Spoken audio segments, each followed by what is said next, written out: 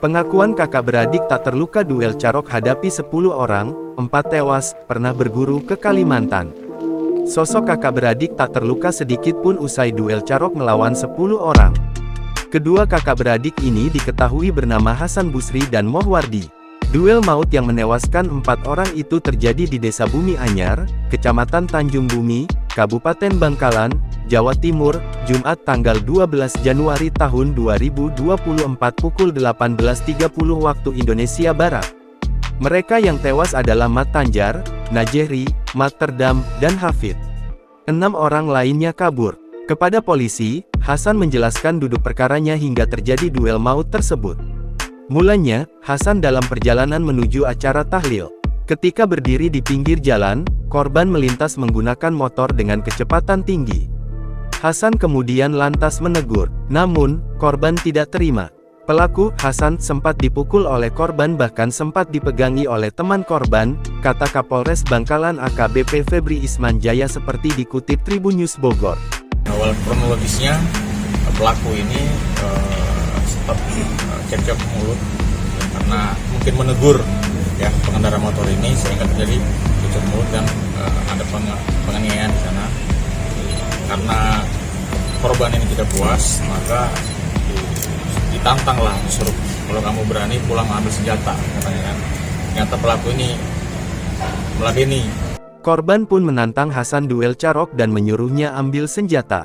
Pelaku meladeni, pulang ke rumah, di perjalanan ketemu dengan saudaranya, Mohwardi, lanjut AKBP Febri. Mohwardi yang mendengar penjelasan Hasan, tak tinggal diam. Ia pun menemani kakaknya duel. Saat mengambil 2 celurit, Hasan sempat minta izin ibunya. Sang ibu sebetulnya sudah melarang, namun Hasan Busri berkukuh karena sudah ditantang duel. Orang tua tidak tahu saya berhadapan dengan siapa, saya hanya bilang punya masalah, kata Hasan di Polres Bangkalan. Hasan dan adiknya berboncengan naik motor ke TKP.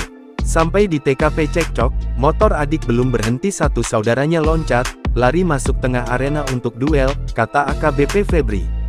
Hasan dan adiknya sama sekali tak gentar menghadapi 10 orang, meski lawannya punya kemampuan bela diri silat.